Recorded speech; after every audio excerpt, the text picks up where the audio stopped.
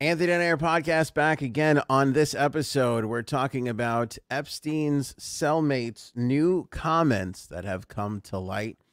Oddly, by the way, we'll share that with you. Plus, Ghislaine Maxwell's bizarre courtroom artist interaction.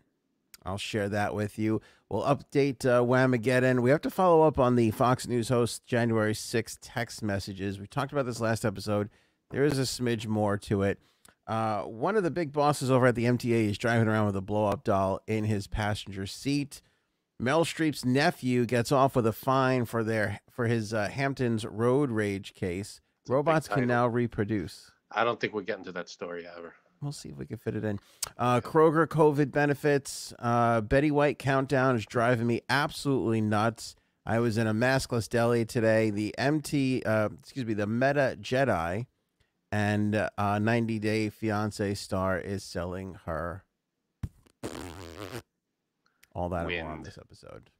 We're in the wrong business, I think. We should just... we'll get to that. Tell me about it. Frankie C is here. How you doing, my man? Doing all right. Yourself? I'm all right. Good. In a weird twist of... Well, a couple days without the Ghislaine Maxwell trial. Things resume tomorrow. We'll be back with a full daily recap of the trial. Defense is up. They are going to call 35 witnesses. Wow. 11 more than the prosecution, which makes me very concerned for the status of this case. But anyway, now that the trial's going on, a lot of people are sort of revisiting some of their Epstein material, including Cindy Adams from the New York Post, who, for some reason, has been holding on to some comments that Jeffrey Epstein's cellmate, Bill Mersey, sent to her right after his death. Wait. Oh, Epstein's cellmate. Okay, sorry. I thought it was Maxwell's cellmate. No. Okay, Epstein's cellmate, Bill Mersey, sends Cindy Adams some comments after Epstein suicided. I didn't even know he had a cellmate. Yeah, he wasn't in solitary. Yeah, so how did he... Well, he was in Gen Pop when he first got there. Right. So this guy basically sent her a lot of, I guess, ramblings, and she condensed it down, and she decided to share it today because the Ghislaine Maxwell trial is going on. So this is what she has shared today. The guy said, in talking about the Manhattan Correction Facility that they were at, if you didn't want to kill yourself before, you would after a few days at MCC. Minus trained psychologists, it was inmates who, with a whole 3 hours training, had to watch 4 suicide cells on the 2nd floor. So I guess he's alluding to the fact that many people did this in this particular building.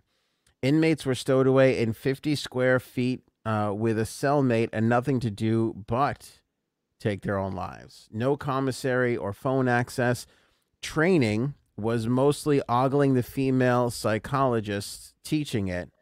The pay 12 cents up to 40 cents an hour. I guess because you get like a job in there, you get pay. So that's the pay. Right. Into the prison came Bernie Kerik, El Chapo, Paul Manafort. He said about Epstein, Epstein was soft as a pillow and not prepared to handle this. He requested protective custody. He was scared and he did not get over it.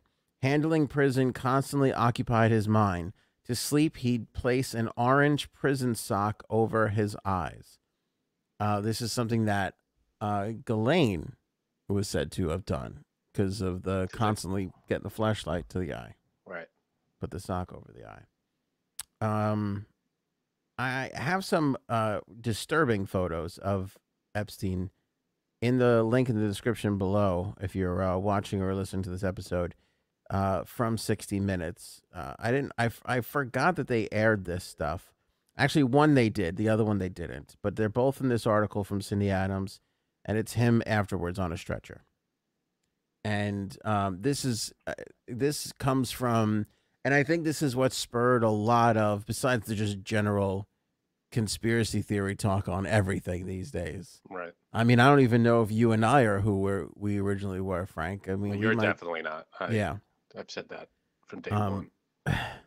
You lost like 20 pounds, so I'm really starting to question you and you being real. I'm working out, man. Getting myself in shape. But I haven't decided what shape yet, though. You look at these pictures of him and they don't really look like him. But again, he's, this is after he took his own life. So it's a little, you're not going to look your best, I guess. He goes on to say Epstein was initially brought into general population, a residence he was in no way prepared to handle.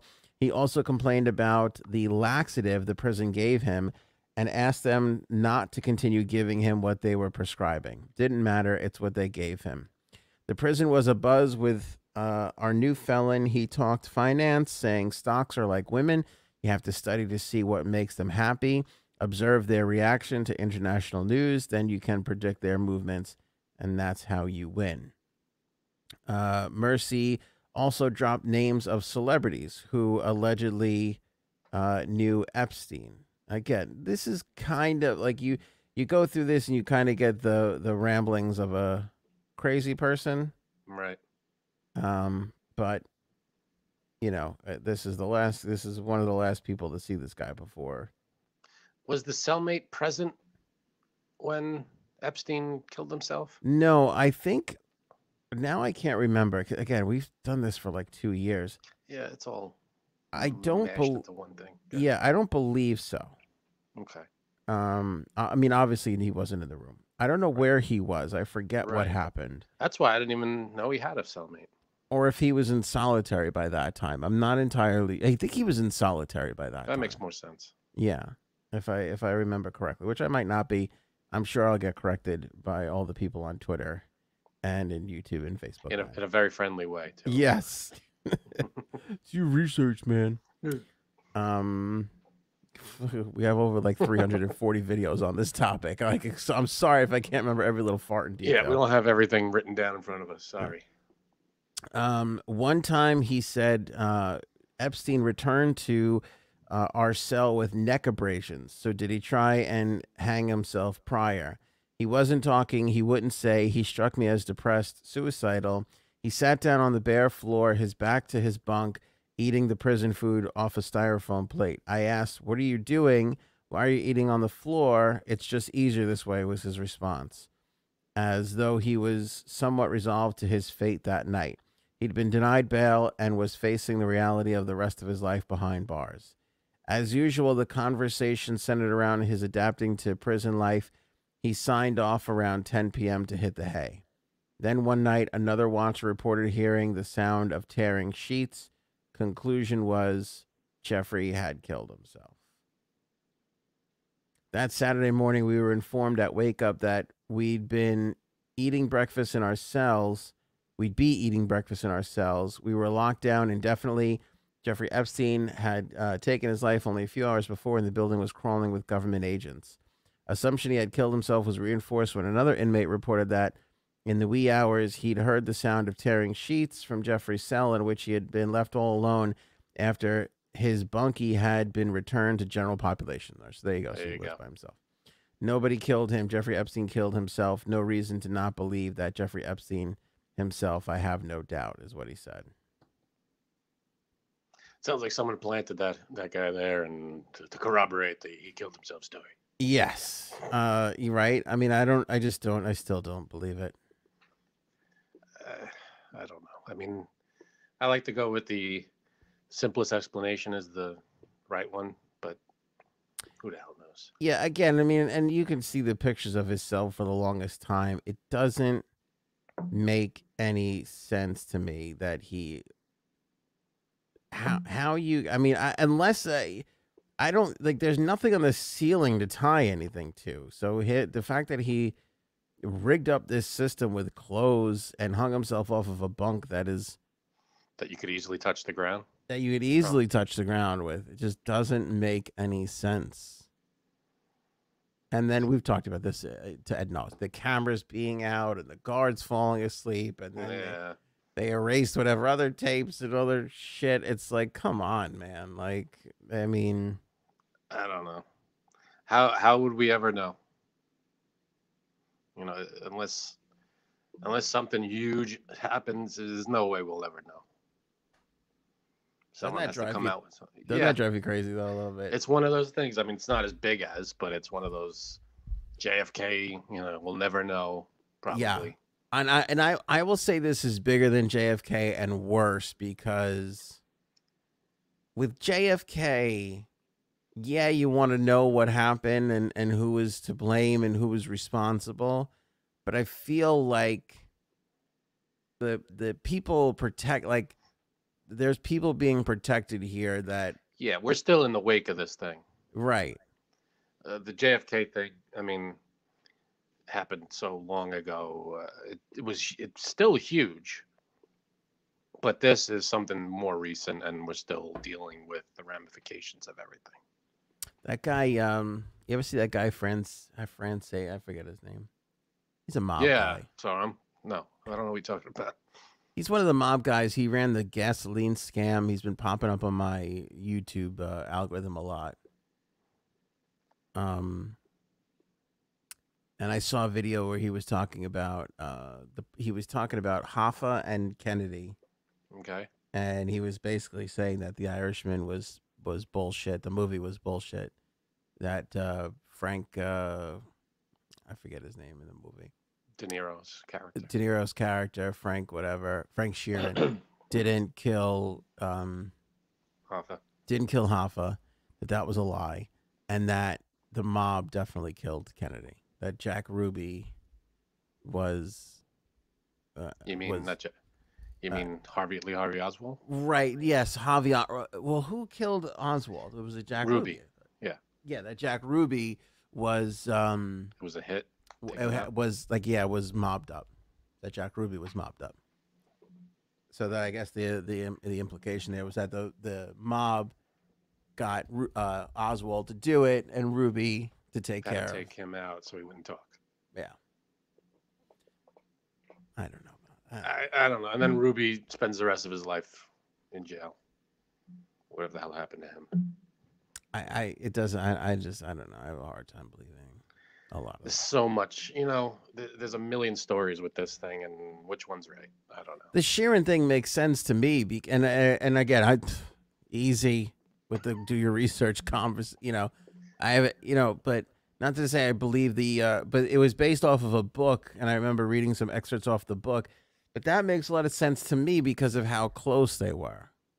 What makes a lot of sense to you? That Sheeran did it because he was close to Hoffa. Yeah, it could be. I mean, who the hell knows? Remember, there was a guy on his deathbed. I don't know if this is the guy you're talking about, but the guy on his deathbed is saying that Hoffa's buried in Jersey in a landfill or something. Oh, I don't know. Well, I feel like every year somebody dies and goes, "Oh, let me tell you where Hoffa is." Yeah. And you're like, well, that was probably the plan the whole time. Yeah. When we all die on our deathbed, this is what we're gonna say. Yeah, I don't think Sheeran was the first, and he's definitely not been the last. But I saw this guy, and I, you know, he was out. He's not lying that he was in the mafia. This Francese guy, but yeah, he talks like, and he's like, I heard from some guys, like I know what's really true because they were there, and it's like. Yeah, but like you and I have been in those conversations. You're like, that doesn't mean that that's true. Like, what is that fucking? I heard from some guy. Yeah, the last people you can trust are those fucking people telling you a story. Those guys like to yak like nobody's business. Mm-hmm. I mean, and to hear from a guy who heard from a guy, and now he's telling it's like the game of telephone is ridiculous. Yeah, yeah. And who knows if he got all the details and what he's talking about? Completely ridiculous. Speaking of completely ridiculous. So anyway, the thing that caught me about that is why did Cindy Adams wait until today to share the rest of that information that some had already kind of come out, you know? Yeah. What made her come forward today? Maybe weird. I don't get that. I mean, it's been a year and a half now since. Yeah. Why hold on to it? I don't know. It's very strange. Yeah, it seems a little strange. Anyway, speaking of strange and weird. Ghislaine's interaction with the what the hell was this? Courtroom artist. Oh, wait, let's do our Jumpstart Coffee Company read. I can't even tell you the amount of people that are texting. I'm going to put it up on the screen for everybody to see. Who's the amount of people texting me or, you know, messaging us that they're getting their coffee, and it's fantastic. Well, it's the perfect time of year to get it. You know, Yeah, and you're getting right up against it. Can you believe we're 10 days out from Christmas? that's 10 insane. days. Year's almost over. Dear Betty Lord. White's almost 100. The Betty White thing is driving me nuts. But anyway, all right, here, Frank. Here, take a look. This was Amy writing in. Amy Adams? The Amy Adams? The Amy Adams. Oh, my Coffee God. verdict in. Seriously, one of the... By the way, wait, hold on. I have to go back. Wait. I remember this one now. I have to go back because there was a threat here. Oh, God. There was a threat from Amy Adams. Here is the threat. Right. I bought some of the coffee yesterday. Better be good. Yikes. So that's what we had to step up against. And then She followed it up with LOL for those just listening. Yeah. And then here's a response. A coffee verdict in. Seriously, one of the best cups of coffee I've ever had. I got the medium roast. Delicious. Better than the more expensive coffee I buy locally. You were right. Not disappointed at all. Boom. How nice is that? From the customers' mouths. This is going to be our read. I'm not going to say shit. Todd, got the coffee today. It's fabulous. That was Todd. This came in from, I believe this was Roxy, I think her name was. Here it is. Hey. Got my Jumpstart coffee today. Christmas gift to my boyfriend. We both support our troops, and you guys listen every other day. Nice. Incredibly, incredibly kind. That's awesome. And we're not cherry picking here. This isn't, we're not weeding out the bad. There's no bad ones. At this point, I have to show a bad one just to show, but there hasn't been one just yet. So, was there a bad one? No, I would love to show a bad one, just to be like, one. Here's all the things, but And don't start writing bad ones just so. Yeah, just you asked for bad ones. Here they are. No, we want. I can't remember honesty. There's Holly Stockinger. I bought Jumpstart coffee for my dad. He loves it. I can't remember if we shared that one already. That was a couple days ago. That's a good one. It's a good one. Yeah. So people are loving it. So there you go. Don't take it from me. Take it from our pals in the audience here. They're all trying it. People loving the Jumpstart coffee company. It's good stuff. If you're a as coffee I said, person. Makes a great gift for Christmas, right, Frank? Secret Santa. Totally. Gift for the employees. Look at that premium packaging Frank's showing off right there. Just beautiful, resealable. Yep. Save 15% when you use the promo code AOA15 at checkout with the link in the description below. Order from the link in the description below. 50% of Jumpstart's profits go to the Navy SEAL Foundation. People are loving that fact. I love that fact. You love that fact. It's amazing that they're doing that. I don't know how they're making money, but they're doing it. Yeah, I don't know either. But they are doing it. I don't know how they're making money, and I don't know if they'll tell me. I don't know where Hoff is buried, and I also don't know if they'll tell me. We'll have to find out. Someone better say something. We'll ask. Or else. Somebody that Jumpstart coffee could be like, I don't know where he's buried. I'll tell you. If they haven't done enough for society already, finding Hoffa would be the next. Would be the only thing left for them to do. That'd be great. Yeah, right. They already make great coffee. Hoffa's the next logical step. Right. Jane Rosenberg is a professional courtroom artist. She's been covering courtroom proceedings for 4 decades. Wow. Lots of big famous trials.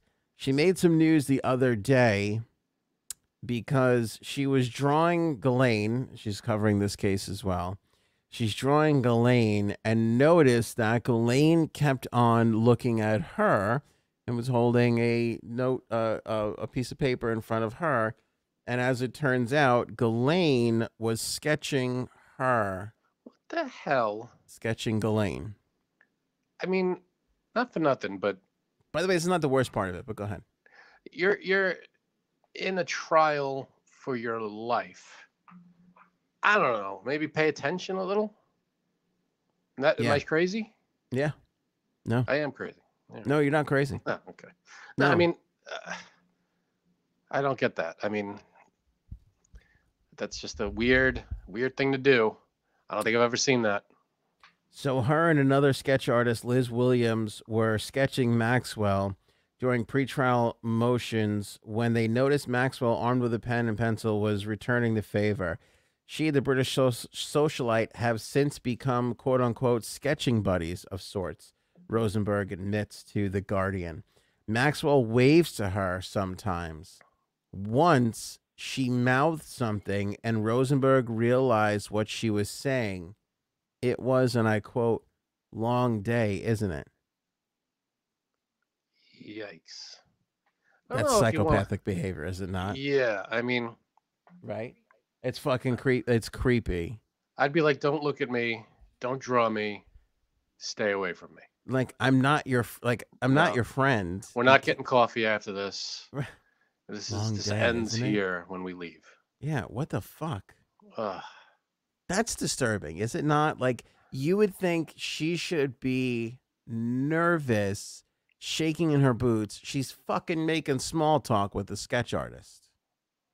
I don't know, man. It's weird. I don't know. I don't know what anybody does in that situation. I've never seen anybody do this. It's odd behavior. It's really odd behavior, right?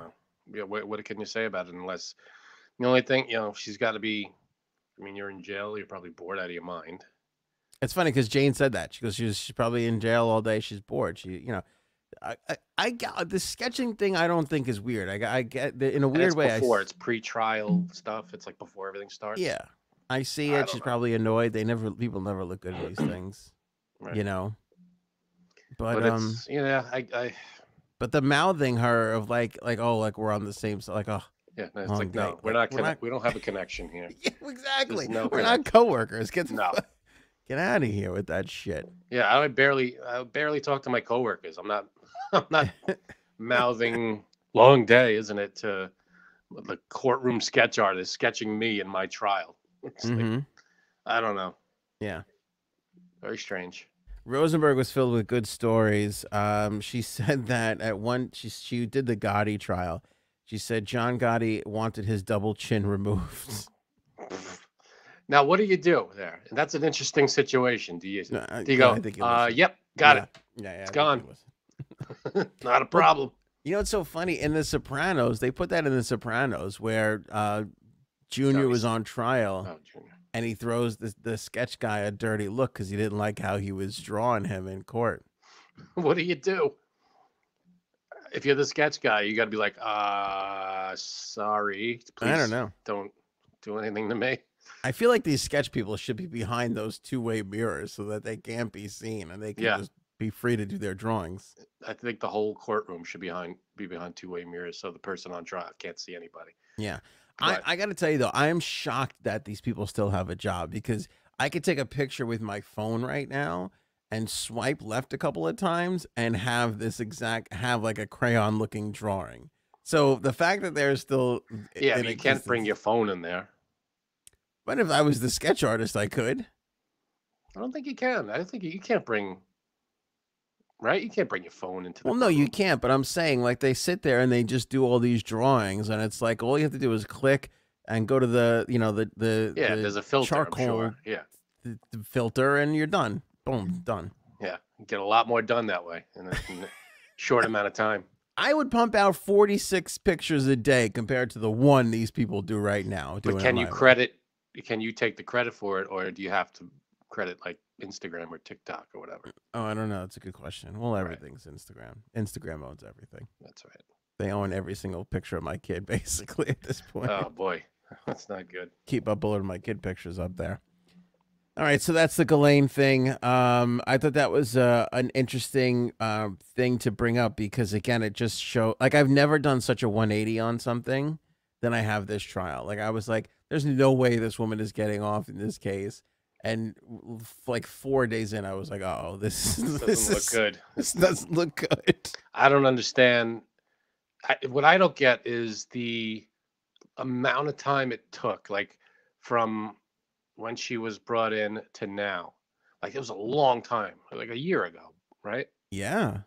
They spent all this time preparing for this, for what? For 2 weeks of questions? For just 2 weeks, yeah. What? Oh, and then I was going over the prosecution because somebody had like a little bit more detailed information about the prosecution. They're all like on average like in their 30s. Like they're very, very young. And like the Ghislaine's defense team has like 50 years experience each. Yeah. like an insane amount of experience each, and they're all going up against it. Which, and I know people are going to say conspiracy. Okay, fine, but typically prosecutors are on the younger side. A lot of they spend time in the prosecution, spend time in the DA's office for a while, then they go off and they go do their own practices and turn into whatever, So that's not uncommon, but it would have been nice perhaps to have an old gray hair, as they call them, on the staff in this particular case to kind of like, yeah, I mean, just like sit back, young feller. Let me show you how it's done. I got the suspenders going. Yes. Now I'm just a typical lawyer, but that guy, we need that guy. All right. Yeah. Yeah. I love that guy. Identical. Lane Smith is the best. We need a Lane Smith. He's the greatest. Fuck De Niro and Pacino. Lane Smith is the greatest actor our generation has ever seen. I don't know how he never won an Oscar for. I'll tell you at least that. Daniel Day-Lewis can't hold a candle to this fucking guy. I'll tell you right now. Yeah, and we'll never know. No, we will never know. He is gone. R.I.P. I know. It's so sad. I don't want to live in a world without Lane Smith. Well, you're doing it. I don't think we're going to get JSAB, so we can't get a Whamageddon update, but you're out. I'm out. We announced that Monday. You weren't here, but yeah. Do you want to tell us what happened?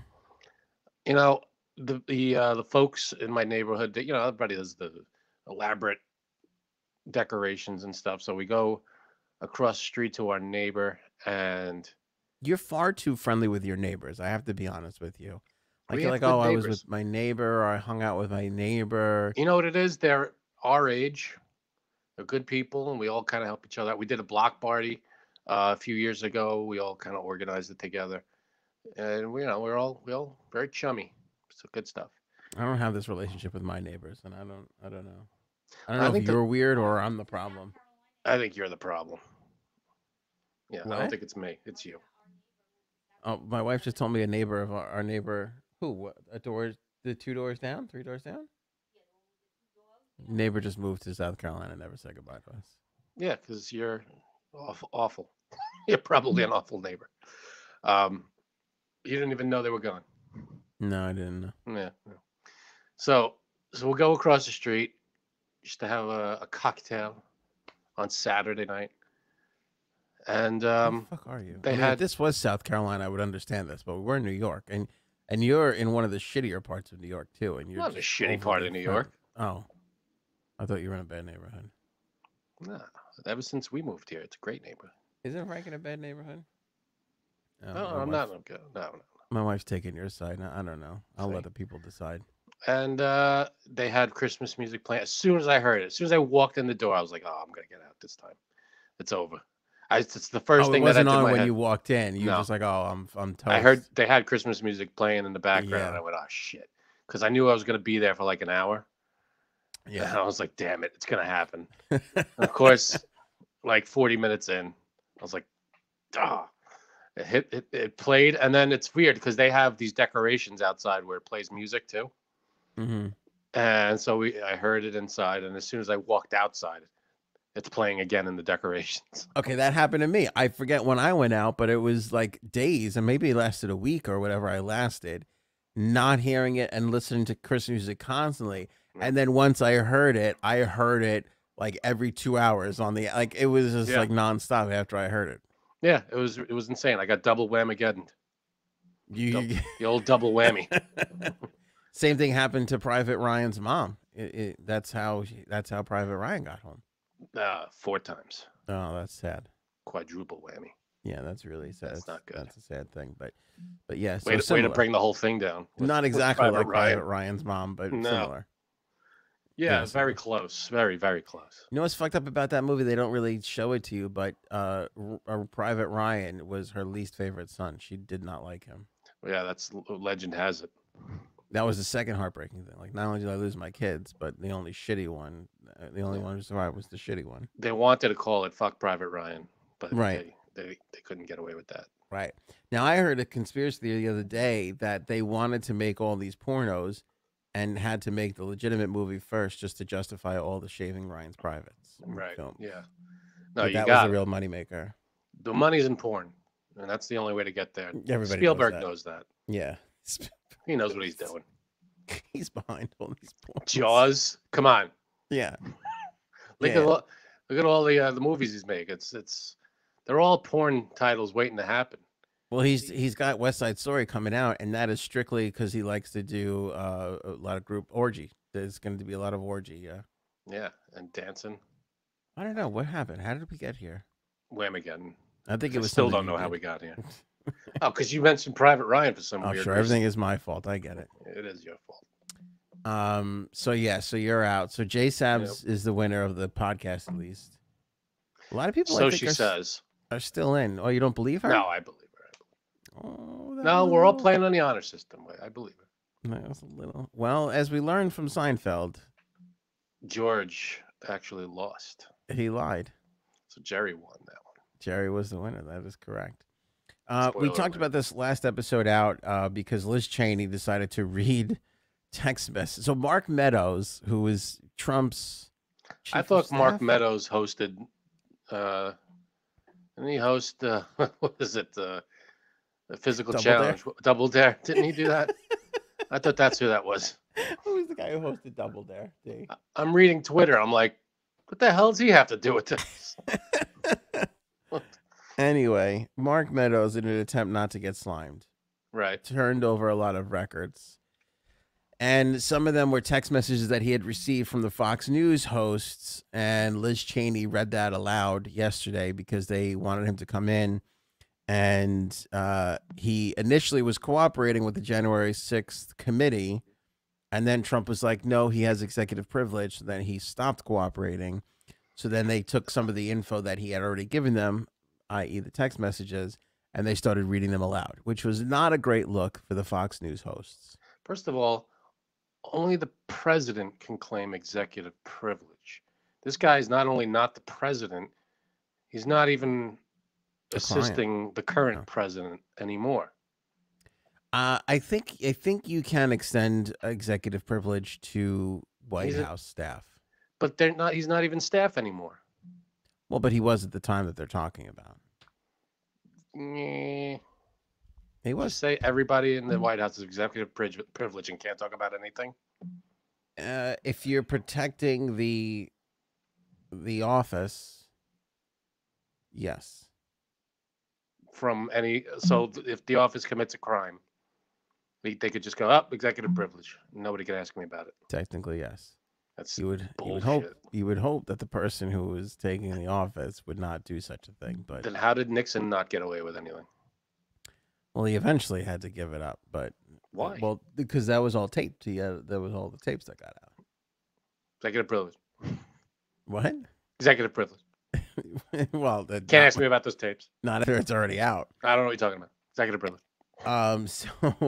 So anyway, so she read out all the things, and it's in our last episode. Go back and watch or listen to it if you want to see what they said. But essentially, it was every Fox News host, Hannity, Ingram, Kilmeade, like texting Meadows to tell Trump to do something because they were like, he's destroying his legacy or this or that. So we covered all of this. Two things that I noticed that I didn't really point out last episode, and some people called me out for it. And again, this was more of a bigger story yesterday and today. So here we are talking about it. One was the fact that, and I didn't really put this all together, but I said that the Fox News hosts are bullshit. I mean, everybody knows my feeling about both sides of cable news is all horseshit. But the Fox News people, they were begging Trump to do something in these text messages hours before they got on the air, and then were like, supposedly Antifa was behind all, and it was just like, shit. Well, what was it? Was it, does Trump have control of these people, or is it Antifa? Right. Because you can't be both. There's no way they're going to listen to Trump if it's Antifa. Yeah, and the way they all came at it was typical talking points. Which I mean, you know, and Oh, and it was just a regular tour. Nothing really bad happened. Yeah, and like bullshit again. you've been a part of this too, where like at the radio station, we're like, all right, everybody, this is gonna be our focus for the next week or so. Like, you know, so they have the same meetings. They have a news director who kind of comes down and goes, all right, this is, you know, well, we're hearing some things about Antifa and blah blah. So they all go running and go, oh, it was Antifa, you know. Which whatever you believe, I don't give a shit. Leave me alone. I don't like. You don't have to say in comment. You don't have to be like, I'm unsubscribing now. Go fuck. I don't care. But the point is that they literally like. I'm doing this has less to do with Trump, my comments, and more to do with just stop watching cable news because it's just total bullshit on all sides. Where they were really genuinely concerned on one point, and then on the next they're just spewing their talking points, which MSNBC, CNN are not much better. In fact, they're the exact same. But I just feel like here's like I wanted to bring it up and slam this point home because it's like here is concrete evidence that these people are full of shit. Yeah, like completely full of shit. It's unbelievable that people still look at them and go, "Oh no, I watch these guys because they tell the truth." It's like I'll tell you what. My parents are. How old are they? 70, mid-70s. If they see something on the news, doesn't matter what it is, they believe it. Like that generation, it's hard to explain to them. You know why? Because they grew up with news legendary news people who like this is the got to be the you know. Yep. They trusted the news back then. And also, you didn't have an internet to go to for another side of it. Yeah. You really didn't have that. And there was back then 3, 4 voices delivering information, not 4 million. Yeah. I think the best thing to do is whatever the news is reporting on an event, if you can get the raw, just watch the video of that event and look at it for yourself. If it's the president speaking, if it's the Capitol riots, the insurrection, if it's this or that, you just look at it and tune out what they're saying and just go, all right, what am I seeing here? And what is this guy saying? And what are they, you know, because they're going to tell you this is what he's saying, but this is what he means. And it's like, well, no. Yeah. So, and we'll get to it too when we get to Meryl. Remind me of this in Meryl Streep. Remind me of the skewed point of view when we get to Meryl Streep, the Meryl Streep story. But the second thing I wanted to bring up too was Mark Meadows and Liz. I mean, there might be more, but Liz Cheney read 2 text messages from Don Jr. to Mark Meadows, and it got me thinking. And I don't know if this is just because I'm caught up in Succession. The season finale of Succession was this past Sunday. It was so fucking good. I don't watch it. No spoilers, but I don't know if I'll ever watch it. But go ahead. It's about. I was gonna say Brian Dennehy. That's not it. Brian Cox plays this like old school. Love him. He's like awesome. he runs like a Fox News. And his kids are vying to be his successor is basically the premise of the whole entire show. He's a billionaire. He's got movie studios, theme parks, cruise ships, and a news news channel that is like the main driving force. Mm-hmm. And the kids just the way the kids just revolve around his son, you know, like the way he's the son in this universe is unbelievable. 2 text messages from Don Jr. to Mark Meadows, like begging him. Like he's got to do a Oval Office address. He's got to say something. 1 second. Oh, go ahead. I'm sorry. Okay, my point. I feel like you might have to make the same point. Why wasn't he texting his father directly? That was the point I was just gonna make. You got to talk to him. It's like you can't call your father. And maybe he was. Maybe he did. Maybe he texted his dad, didn't get a response, and was texting Mark Meadows. That could entirely be the thing. Certainly. But it seemed a little odd that you can't get your father to like pick up the phone or answer a text message to go and do something. He was busy doing nothing about the riot, so I could see how he wouldn't. It was just very strange. Able to answer. And Mark Meadows says to him, Mark Meadows responds to Don Jr. and says, "I agree. I'm I'm pushing it," or whatever he says, something to that thing. Yeah. And for anybody I'm sorry, go ahead. Which I was going to say almost makes me feel like Trump was entirely on his own or by himself. Maybe. An hour and a half, 2 hours into this thing before he finally addresses everybody. Like he was. Yeah. My point is, if anybody's confused about what actually happened and the timeline, what was the 4 hours at the 4 hours Capitol? at the Capitol. Yeah. It's on Netflix, right? HBO Or Max. You're doing HBO great. Max. I got the title. I got the title. 4 hours at the Capitol on HBO Max. Yeah. It'll lay it all out for you from beginning to end, from when he had the rally, and from when they walked over to the Capitol, and everything. I mean, the footage they have there is It's unreal. it's from within the insurrection, from in the crowd, walking and breaking themselves into the Capitol building. It's unbelievable. And before anybody comments on this show and yells about how great Trump is or whatever, and how it was all Antifa, like go watch that. Watch it. Documentary. And it's not skewed. No, it's really not. It's just the raw footage of what happened. It is, and it's not edited in a certain way. And in fact, there are people that there are people that say it was Antifa in the documentary, and that's in the documentary. Go look at it. I mean, I don't believe those people, but I'm saying they do have the other. They are presenting the other side in that piece, which is extraordinary. It's unbelievable to watch it, because I watched. I'm watching it go, and this is my blood was boiling because it was so intense and just unbelievably. I don't know what the word. It was just infuriating, is what it is. It's an infuriating thing to watch. I was actually thinking about this before. I was thinking about that day, and we did a show that night because it was a Wednesday, I believe.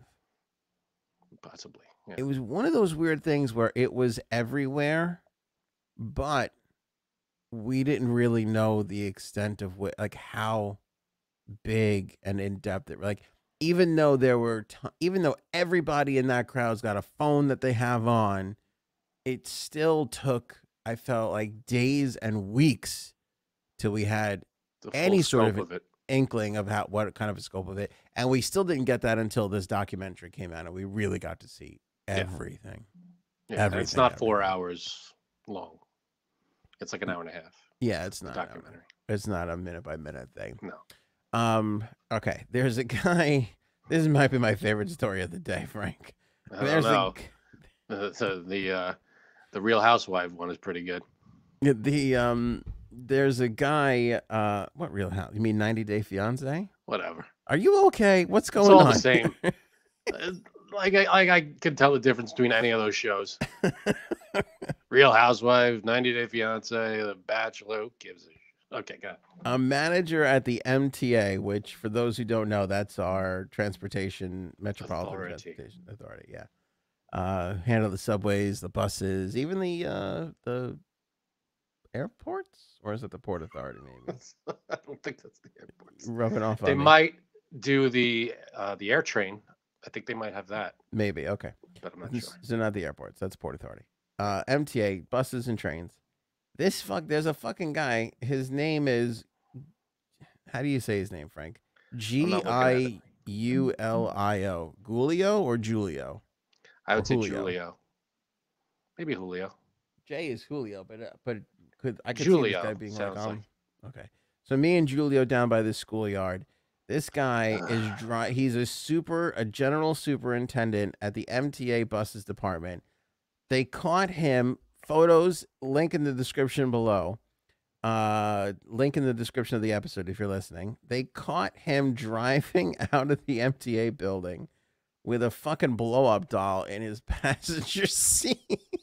So he could ride in the freaking. So he could ride in the HOV lane. Now this is an episode of Curb Your Enthusiasm. Where he gets a prostitute to sit in at least that's a real person. That's hysterical. But this, if you see the picture of the blow up doll, there's like 3 or 4 pictures. It looks like the blow up doll from Airport. It's Airplane. Airplane. Fucking ridiculously obviously not a real human being. No, it looks like Autopilot from Airplane.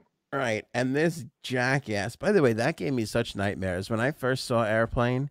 Every time I got on an airplane after that, when I was a kid, I was like, are those blow-up balloons driving the airplane? I'm worried. Yeah, they put on Autopilot, big balloon comes out and flies. Yeah, I was concerned. Yeah, everything else in the movie is a joke except that. This jackass. Anyway, the New York Post confronted him outside of the building, and he denied that it was to use the HOV lane. And he said, and I quote, "I don't use it for the HOV. I use it for the company." Oh my God. That's incredibly. He went the sad route. Oh my God. This guy's like, you know what? I got one way to make this worse. That's the only way you can make it worse. I thought you were gonna say, you know what? I use it for sex. I don't know. My wife has a good question. Is he married? I don't know. I don't know if he's married, but I will say this. At least from the waist up, it appears that this passenger is clothed. He's actually wearing a suit. He's professionally the blow-up attired. The blow-up doll is professionally attired. The blow-up doll is not only wearing a suit, grayish blue suit with a blue shirt, a red and brown striped tie, but he also has a red handkerchief in his little pocket. Well, that's just class, right? Very well put. Very classy. He's a very classy blow-up doll. You're not going to talk to a blow-up doll that's, that's wearing like jeans and sneakers and shit. That's just. But I love how it goes. I don't use it to scam the HOV lane. This is my friend. This is the I talk to him. You need to come on. I would rather talk to nothing than look like a giant lunatic. By the way, I have talked to nothing. I have talked to nothing. You talk to yourself. Of course. It's way better than having to blow up this thing. Half an asshole. Can you picture? I need a blow-up doll to sit next to me so I could talk to it. I mean, I don't know. Maybe this guy is, that's his therapy. Maybe he does it and it works for him, but something tells me he might not be telling the truth. I don't know. I wonder if he's gotten away with it, like until now. Like how long he's been doing this. I don't know, but I'll tell you what. He pissed off somebody at the office, and they fucking call the newspaper and like, "Are you ready for this? My boss drives to work with a fucking blow-up doll. Okay, he leaves at 4:30 today. Have your camera people outside to capture this wonderful moment." I have it for the company. This pool toy keeps me company. What in the hell? And it reminds me, what it reminds me of? It reminds me of Home Alone when he has that thing in the shower, like it's dancing behind the curtain. That's what it looks like to me. And Home Alone 2, I think it's. The person from the Post pressed him and was like, "Are you sure it's not for the HOV lane?" And he says, and I quote, "Have I ever lied to you?" I'd be like, how long have we known each other? What the hell? What? Come on, we go back like 10 minutes. Have I ever lied? You crazy bastard. Holy shit. These are the people running our trains and buses? Yes. Oh, yes. Yeah, totally. Right. Good. That's totally. Good to know. Good to know. Oh, boy. Yeah. You know what? It's a good defense. How could you disprove it? It's my, company. I just want them as a company. They could buy it. They could not. How could you go against that? Maybe it is company. One union official said, quote, "It's unbecoming of a manager. We laugh, but what else is he doing in secret that we don't know about?" End quote. You don't want to know what he's doing with this fucking thing in secret. That's the problem. Can you imagine, did they have to put handcuffs on the thing or deflate it? What do? Did they confiscate it? Is it evidence now? I don't know, but how do you even talk to this guy? I mean, seriously. Imagine coming home from work that day to your wife. And like, "Listen, honey, we got to sit down. I got to have a conversation with you here. Before you hear this in the news, this is what happened." Let me explain. Where do you even get that thing? I mean, I don't know where you get a fully clothed professional banker. You search for anything. You can get anything online, I'm sure. I mean, I guess so. But he had to sit there one day, blow it up, and go, "I'm putting this in my car." It's awfully lonely on my commute on the way in. How long is this guy's commute? I mean, if it's more than an hour, maybe. And then I'd talk to a blow-up doll. That's probably fine. I don't At know. least get one that looks like a person. This thing looks like those Weeble Wobbles that you used to punch as a kid and they pop back up. Yes. It's Yeah, not it good. does. It does. I wonder if he has like a little tape or something with like it goes, sure, yeah. No, I get it. It's a hard day. You know, I'm glad you're okay though. I'll say something to my wife about the soap. I understand. It's uncomfortable for me too. Yeah. Yeah, I don't know. Well, I would love now. Now you got me curious. I would love to hear. I want more of more details on this thing. What some This of is those, a sitcom waiting to happen. yeah, what some of those conversations are really like. An MTA guy and his blow up doll friend. I think that's a sitcom. It's at least 10 episode series. Hang on, Frank. I don't know about you, but it's feeling awfully lonely in here. Let's bring in some more company. There we go. This is better. Oh, you screwed it up. There he is. Oh, where did you go now? Can you get all three of us? There we are. Go. See, that's better. How are you doing, buddy? I mean, I was missing Janine, but now that we've got Carl here, it's fine. We're good. We're good. Carl, how are you? Do you think it's weird to order a blow-up doll with fully clothed? Like, how does that conversation happen? Like, do you have one with all clothes on, please? You sure? Because most people who buy blow-up dolls, they don't want clothes on these guys. Well, wait, I'm a different kind of guy, I guess. This one you're showing me now still has a mouth open. Can I get a mouth completely closed, please? This one looks surprised all the time. Can we get one that's not so shocked? I want a calm, fully clothed blow-up doll. Yeah. I want to earn that blow-up doll's trust. I don't want it to just be ready to go. Could you imagine being weird enough to creep out somebody at a sex shop that they're like, all right, I got to hang up on you. Yeah, I've never seen this before. What the hell are you talking about, pal?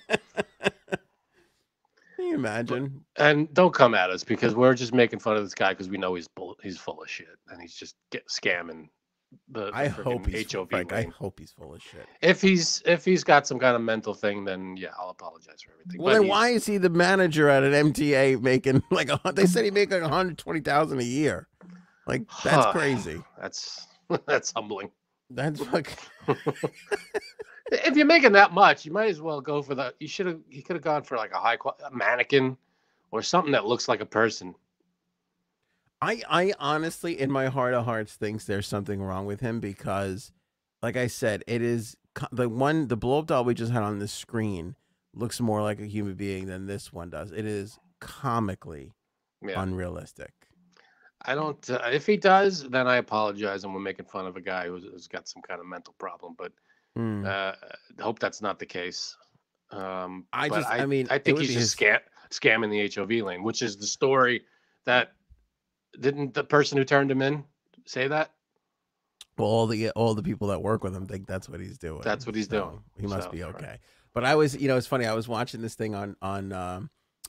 Will Ferrell did an interview with SNL, and I think it's on their channel, like where they have SNL, cast members like remembering their time there. And he said that for like an entire year, he wore an outfit like overalls or whatever in a sketch, and somebody goofing around was be like, I bet you won't wear that tomorrow. And so he did, and he wore it every day for a year. Oh my God. Just as a goof. And he said, Alec Baldwin came in and he goes, you don't dress like that all the time, do you? And he's like, oh, I do, but no, it's just a bit. And he goes, oh, okay, because you look like shit. Yeah, that's classic Will Ferrell. He wore the same thing for a year. Just because someone said an offhanded comment that did you wear that yesterday? Yeah, basically. Or I bet you don't wear that tomorrow. And he wore it for a year. That's extreme. He wore it for a year. That's commitment to your craft. That seriously is. And serious. And then he said he had this character that he did, and he would do it on occasion for absolutely no reason. It was never on the show. He just did it. And then as he's telling the story, he's like, wait, he goes, I think one time he did show up to the thank yous at the end of the night, and then they showed a clip. There he was with the glasses and the handkerchief. He was in. But like, hilarious. Just randomly one night he just wears that outfit. Nobody had ever seen that outfit before. Yeah, that character. Yeah. Love Will Ferrell. Fucking Will Ferrell. Whoops. Sorry. Yep. Carl's making a comeback. What's up, Carl? Got something to say? We should sell Carl's. That would be great. Yeah. I would love to do that. We should sell blow-up dolls of ourselves. So if people want to, you know, have us around as company. That would be amazing. We could put a Metallica shirt on yours. People would be like, this is really realistic. That's accurate. Meryl Streep's nephew. So last year out here in the Hamptons, he got into an altercation with a gentleman, and they had a road rage incident in the parking lot of an East Hampton Chase Bank, which is kind of embarrassing. Why? He I don't know. It's just embarrassing to me. It's embarrassing when I see grown men fighting. It's just, that's ridiculous looking all the time. Yeah. There's never, unless it's a boxing match. Yeah. It's never like, they look cool fighting. Right. No, you look like an idiot. Unless you walked into the room with a welterweight championship, you look like an asshole, like, completely. Yeah. But anyway, and I'll put the link in the description below to the video of this altercation too. The fucking guy left this poor kid with stitches all in his head. Like he's got that, like he's sitting in a hospital bed, shaved head with just these huge stitches going around his skull. The nephew has the stitches or the other guy? The other guy. Okay. And he got off today with a $250 fine. Oh, wait. What? With a $125 surcharge on top. That's great. Well, the guy could probably sue him. I mean, I would imagine that he would. What happened was and it's so funny because depending on how you see this, like, you know, people are trying to like frame it a certain way. They did get into a legitimate fight. The other kid did pick up Meryl Streep's nephew and like kind of like toss him around a little bit. But I mean, the fact that they just like, it feels I still feel like there's a little bit of like, oh, your aunt's Meryl Streep, that they only let him walk away with a $250 fine at the end of the day. Because this kid was put in the hospital. Now, a lot of the articles, I shouldn't say a lot. One article I read fails to point out that the Meryl Streep's nephew also did come away with a lot of injuries. Okay. Like he had I forget what he had, but he had a back injury and a head injury. Well, you know what it is when two people, they get into a fight. What's the charge? I mean, they're just fighting each other. It's not like someone just ran up and punched someone, sucker punched someone. It's they're having an argument, a disagreement. The way it happened, one ran up to the other one, and they got like picked up, and they got like wrestling slammed, and then right. They ensued from there. So that's kind of what the judge was saying. He was like, well, the guy who got torn up worse was almost the cause of his own, like kind of caused it, is what they were saying, which I've never seen that before. I don't know. I mean, I don't want, maybe like they're both kind of self-defending, you know, it's like, because unless the other person presses charges, what's the charge? I don't know. And they have it on security, like, so you know, you can see the security camera footage. I mean, it would be assault, but they're both kind of assaulting each other. Right. I don't know what it would have to be I don't know who threw first. Is it like dueling rules? I mean, what's the, I don't know how they do it, but if it's just weird. A fight between two guys, I don't get what the charge would be. It's weird though, because again, like and I hate to rehash this, but you know, everybody brings up this Rittenhouse kid and it was self-defense and blah, blah, blah. And then you look at something like this and there's kind of like, it's just both their faults. Like, it's kind of like, wait a second. Like, that seems... Well, they didn't drive there with the intent to, you know, they got out of the car probably yelling at each other and then they got into it. Well, yeah, so they supposedly almost hit each other. Right.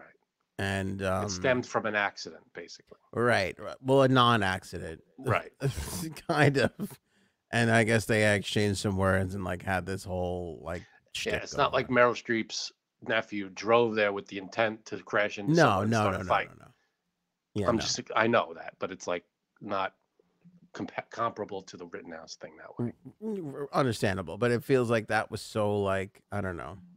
Just because, no, I mean, there is a such thing as self-defense, so we can't say it's not. Yeah.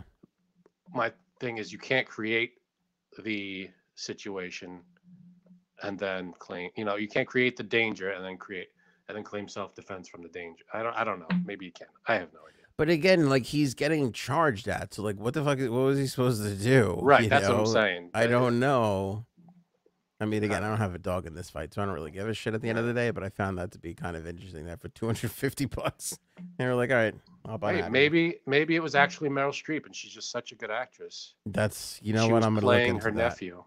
I'm gonna actually look into that. That's a solid theory. If anybody could pull that off. Yeah. Kroger is the first. A lot of people have been talking about this. They're the first company that I've actually seen actually do it.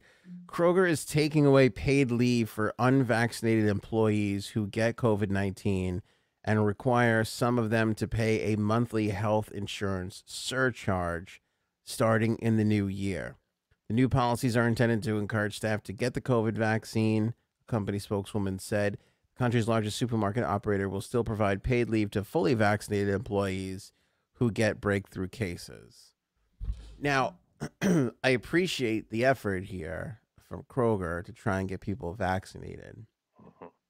The reason why I think this might be a stupid thing is because what I fear will happen is somebody who's not vaccinated will start to feel slightly ill and go, well, fuck this. I'm not going to miss a day's pay. I will just go in and battle through it. Now you're going to have COVID people walking around the produce aisle coughing on all the apples. Well, do they also have a... Wait, can you read it again, what they're doing? Because I don't know if they have a policy on... They're taking away paid leave for unvaccinated employees who get COVID and are requiring some of them to pay a monthly health insurance surcharge starting next year. So the surcharge, I understand. This is pretty much comparable, and this is what everybody was arguing when they first said it. If you have a smoker, right, their insurance premiums are higher. It's higher, absolutely. Yeah. That part of it makes sense. The paid leave thing is where everybody's kind of like... Yeah. Now my wife brings up a good point. If you have somebody who's fat, do they pay extra? The answer is no. That's different though. That's their genetics. Their genetics. Yeah. They could be genetics, could be... You can't really fault. It could be genetics. You could... Well, also here's the other part. You can't fault someone on their physical appearance. If heart disease is hereditary in your family, you can't be charging them more. You can't charge somebody more for that. Right. You know. Yeah, this is something you can... It's like a... But if you have a smoker, they're choosing... Well, it's the same it's thing like an elective. It's like an elective surgery or something. Yeah. This is smoking, you can stop. But I will say here's where there is a little bit of hypocrisy. If you're an alcoholic, that's a disease. Yeah. That's okay. But you are kind of like destroying your... Smoking is not a disease. That's an addiction. That's not a disease. It feels a little... Yeah, I think... a little gray area there.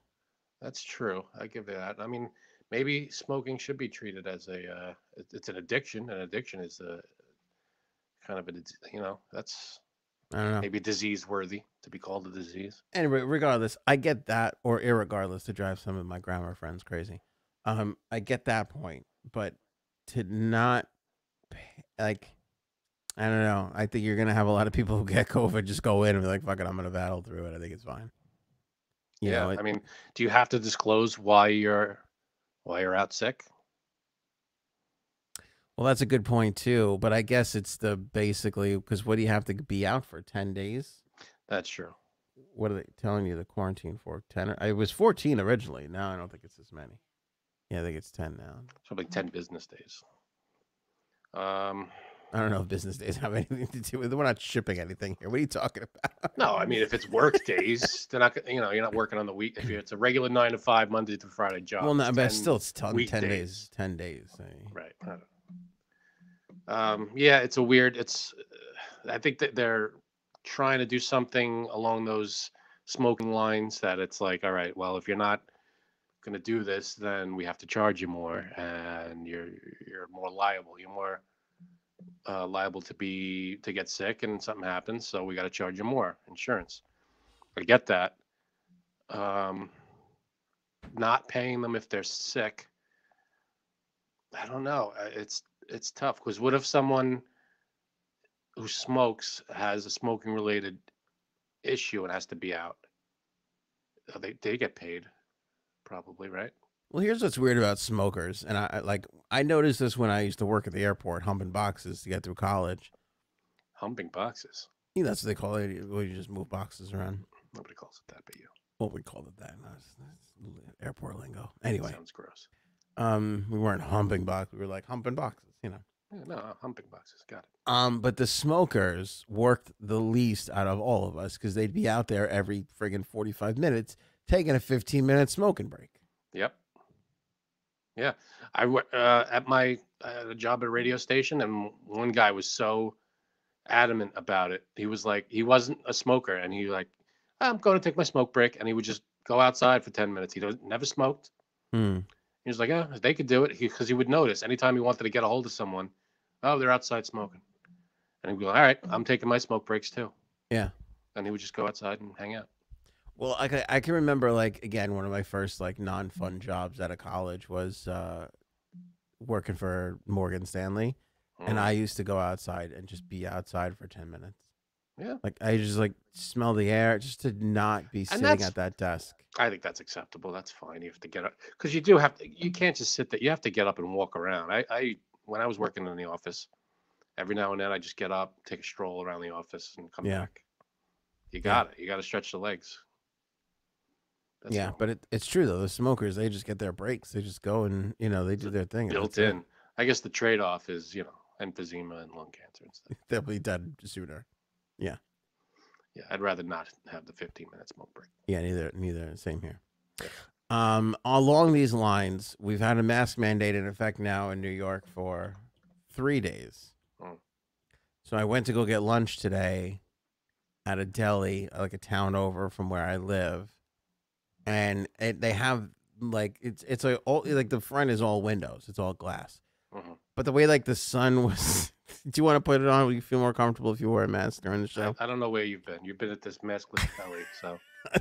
So I can't see into the deli because the stuff all over the windows and whatever. The way the sun is coming off of the deli, I can't see I can't see that far back where the people are. Now there's two people that are sitting at a table right by the window. I can see them, and they're not wearing a mask. But I'm like, well, they're eating. Right. So it's okay. I walk in, I look immediately to the left at the two people. There is no food on their table. So I'm like, okay. So now as I walk in, I'm putting the mask on because I don't want to be a problem in the store. I get to the back where there are two people ordering food, no mask. I see what I think is a manager or owner talking to somebody else, neither wearing a mask. And I look at the two employees behind the counter, and neither of them are wearing a mask. And now I'm the only asshole in the place. No, you're doing the right thing. And I'm kind of like, asshole. You're in a deli full of assholes. Well, I feel like, and now I'm like, if I take this off, I'll feel like an even like in that moment. I was like, I don't know what's worse, if I ride this out with the mask on or if I take the mask off. I literally do not know what is worse. And ride it out. What's the big deal? So you got. I did ride it out, but I kind of felt like an idiot, and I kind of felt like I'd be just as big of an idiot if I took the stupid thing off. Well, you're an idiot either way, but the mask doesn't. Also, a good point. It really the mask doesn't really change the status. Inconsequential Status of my idiocy. Right. I wouldn't worry. I think you're fine. Either way, buddy. You do you. And then I was even gonna like make a crack about it, and I was just like, hey, you know what? And then I thought it's kind of more fun. And then I kind of thought, if I don't say anything, are they gonna say something to me about it? But they didn't. If you said something, they probably. I don't care. What are you, the cops? I was gonna pull out my wallet and be like, internal mask service. here for your inspection. Yeah, I don't know. And this, so by the way, I wanted to share this because Monday the mask thing went into effect, and the Nassau County executive basically said, "I'm not enforcing this." Right. And his reasoning was the 97% of people in Nassau County have had at least one of the shots, and they have plenty of beds available. And so he's like, "I'm not enforcing this," which then forced the current Nassau County executive for at least the next 16 days to basically say, "Well, I'm not really going to actively enforce it either." The Suffolk County executive, which is where I was and where the deli is, basically put out a 4-sentence statement, and I still can't tell you where that person stands on it because they didn't really say anything. Like, well, we're going to continue to educate the public on it, and I'm like, boy. Well, all right. So am I or am I not wearing masks? Yeah. And then so then I was walking back to my car, and I passed a couple of other businesses, and I saw it was like Tchotchke's store, like 1 or 2 stores over, and there was a lady who I could see in the window, and again I couldn't see to the end of the store, but I could see this lady close to the window, and she had a mask around her chin, which is my favorite move. So mouth and nose totally exposed, mask around the chin. And a UPS guy was coming out of another business, and he was not, and he had a beard like me, which you can, so if I put on a mask, you can kind of tell because it mats my beard a little bit. Right. He had a beard on, and you could tell he had not been wearing a mask all day long. Nice and fluffy. Yeah, because he was nice and fluffed, a luscious beard, lovely facial hair. Do you notice beards? Like you probably, they stand out to you like a sore thumb. You're like, oh, yeah, a little bit. Do you make eye contact with other people who have beards and like you give them a little? There's a beard. There is a beard. Like a brotherhood? There's a beard brotherhood. Yeah, there's a beard society you don't know about. Bunch of weirdos. Yeah, yeah. Along with my other society that I'm a part of, which is people who drive with blow-up dolls in the passenger seat for no fucking reason. That's an underrepresented society. The only way this could have been worse, that MTA story, is if they actually caught him not in the HOV lane driving with a fucking Cellmate. I don't know what you're talking about. I'm just talking to my buddy here. You know what? That gets you through the day. God bless. Stop acting like it's nice. People, we can make fun of some abnormalities, and this is one of them. I think it's wonderful. I'm sticking to this one. Okay. I'm absolutely sticking to I this. think he's just full of shit, and he's trying to, get one over on the HOV lane, which, yeah. I mean, if you're going 70 miles an hour, I think they could spot a blow up, though, the cops. Anyway, I'm utterly curious now because this is day 3. Again, I haven't really been to many places. So, and the one place I went not to interrupt, but my wife just walked in naked and walked out of the room. Oh, nice. Yeah. I'm glad. I hope nobody saw that in the reflection of your glasses. I don't think you could see. I don't think you could see that. Can you see? It's time to go. Do we have to end? Do you have to run? We might have to. I'll tighten this up. I will tell you what. I don't want to delay this up, shall we? Anyway, my point is I don't know. This one seems like, and then after the Nassau County executive said that, supposedly the governor had another press conference. Was like, well, we said in the beginning it would be up to the local, government. So it's like, well, then what the fuck are you doing? I don't know. She should have just done this for upstate, and that would have been the end of it. I'm going to warn Twitter of this, and only one time. There's somebody on Twitter now that's counting down the days till Betty White is 100. Right. And it's fucking driving me crazy because she's basically trending every single day now. And I don't like it. And I also feel like we're counting our chickens before they hatch. Is that this phrase? Yeah, but what? You think it's like a jinx? I think he's going to fucking jinx Betty White. I think she's going to fucking die one day before her 100th birthday because this son of a bitch doesn't have a goddamn life.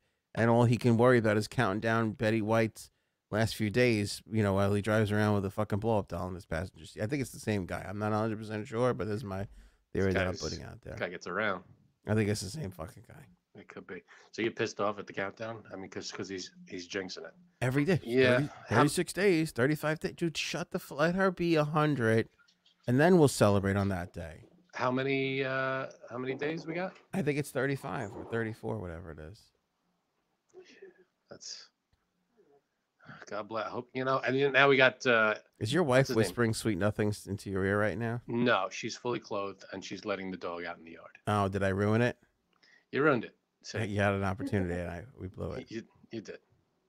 You had to talk about Betty White. Well, Betty White's important. Let's not act like your wife's That's not true. concerned about Betty White's health either. She is. That's true. That's a good point. So is she? I mean, the other thing I was going to say is Dick Van Dyke is now 90. He's 96 years old, and he's dancing and he looks great. He's in good spirits. I love it. Dick Van Dyke is awesome. He's solid. So we got to keep an eye on Dick Van Dyke too. Well, we got a lot of things we're keeping track of right at the current moment. But 99 years old, and this, I think his name is Alex Rodney. In 35 days, hey Rod, you got this. Big up, Betty White. Shut the fuck stop up. it, asshole. Yeah, but I mean, do we hear from her? Like, how's she doing? I don't think so. I don't know. I think she's doing all right. She's hanging in. She's gotta love it. Yeah. Still working, still doing her thing. I just feel like let her be 100 already and stop being such an asshole about it. Fucking out there, like counting down the days. Like, you got this, Betty White. That's exactly when the worst shit happens. You know, I feel like if anybody was counting down till my next birthday, fine. But if I'm 100 and someone's like, it's like, don't die, don't die, don't die. It's like, all right. Yeah. Back up a little bit. That's a big fucking. I mean, I appreciate that you don't want me to go, but it's like big fucking thing. Don't hyper focus on it. This is amazing. Yeah. All right, Metahuman Jedi Padawan. This Synod database. Actually, good guy. Good YouTube follow too. He put this footage up of him green screen in the motion capture suit. But basically, he was showing what we're watching this. So those of you who are listening, we're just like, picture somebody in a motion capture suit, and then you're actually seeing the 3D rendering of what they look like. He's basically showing off his outfit that I believe he got in the metaverse. Like, people are now like upgraded or something. Yeah, like showing off their shit in the metaverse. And even though this is like after the fact, like movie technology shit that he's doing, what you're looking at on the right is how we're going to see people in the metaverse. Like, this is what you're going to come across. That is awesome. My only question is, what is, like, if I am the guy in the motion capture suit, how am I, like, I'm not seeing. Well, the only thing that you're missing here is him basically wearing goggles. Goggles, and then what he would be seeing. But this is how you would be seeing him. Right. He's on a planet with the friggin' ship. Can I tell you what the most amazing thing about this is? Yeah. The glow from the lightsaber glowing on him, on the ground, on him, on his outfit, on his face. Like, it's crazy. And my only other comment would be, or question would be, how do you travel around in the metaverse? Because it looks like on the left, he has to walk in order to walk in the metaverse. Right. Yeah, that's what's so weird about that. And this is the only thing I can come up with. And again, I'm taking it entirely from Ready Player One. Right. Is they put you on this sort of 3D, every directional, movable, treadmill, like upside down mouse pad. The mouse, like the ball, the rolly ball. Kind of, yeah. That's kind of what it is. Picture a treadmill that's round. And moves in every direction instead of just, How do you not fall off of that? I think you just kind of get used to it. Yeah. I think you just kind of get used to walking or running, and then the thing moves underneath you the same way. And yeah, I picture it not as round, but as like a disc, like almost like a. Yes, I'm sorry. It's not round. I meant round like a circle. It's flat. Like a circle, and it could, Yes. The tracks of it go all different directions. Got it. Thank you for clarifying that. That works. Yes. Not a ball as much as like a frisbee looking thing. Yeah. And it's amazing that we can go from this story of like, look at this technology, to the 90-day fiance girl who's literally selling her farts in a jar. Making tons of money, selling farts. Who are these people that are buying farts? The same people that are driving around with blow-up dolls in the passenger seat. Boom. Hey, people have strange and unusual interests, I would say. Mm-hmm. Could be a sexual thing, could not be a sexual thing. Now, let me ask you a question. She says she's making $45,000 a week selling farts in a jar. Mm. Do you believe her? Yes.